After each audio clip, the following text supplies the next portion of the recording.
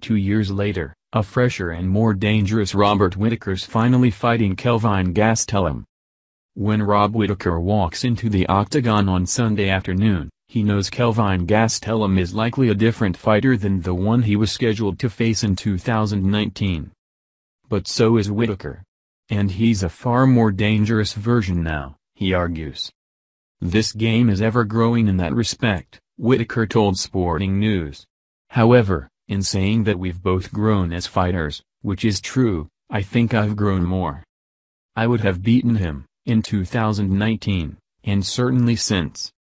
It's no secret that Whittaker is no fan of being his own hype man, or buying into hype at all. He just genuinely believes that Gastelum's best chance was a little over 2 years ago. I just know that I've evolved for the better and, I was dangerous back then so.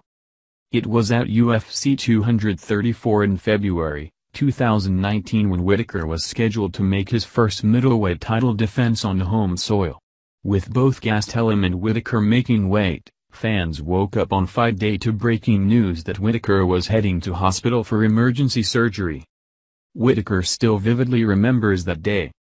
Everything was normal until after the weigh-in when I started rehydrating and replenishing my fuel.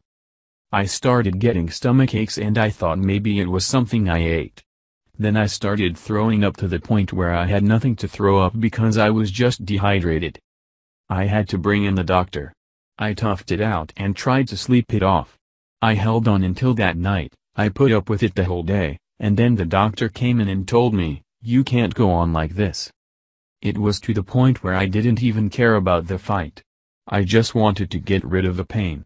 I haven't felt anything like that, it was terrible.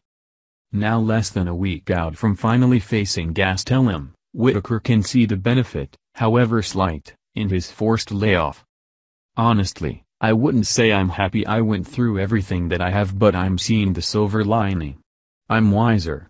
I'm more resilient. I know what I'm made of. It doesn't make my fight game better directly. It's more that because I can handle everything else better and because I'm more resilient. At first glance, it seems like a risky fight for Whittaker with little to gain from it.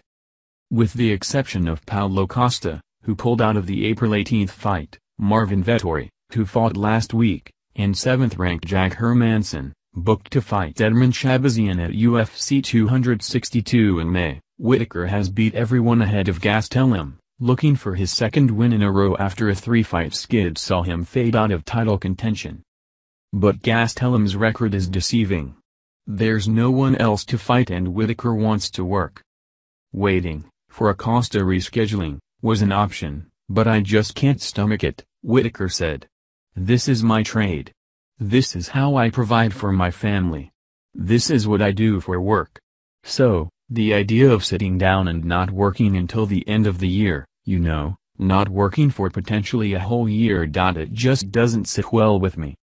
Should Whittaker walk out of Las Vegas UFC Apex on Sunday with another top 10 scalp to his name, he's not expecting a call from 185-pound strap holder Israel Adesanya, though.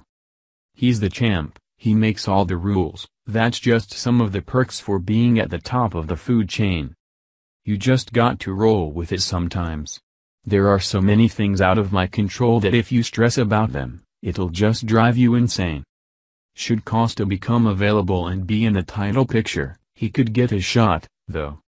I'm happy to fight anyone, that's the game in this industry, Whittaker said.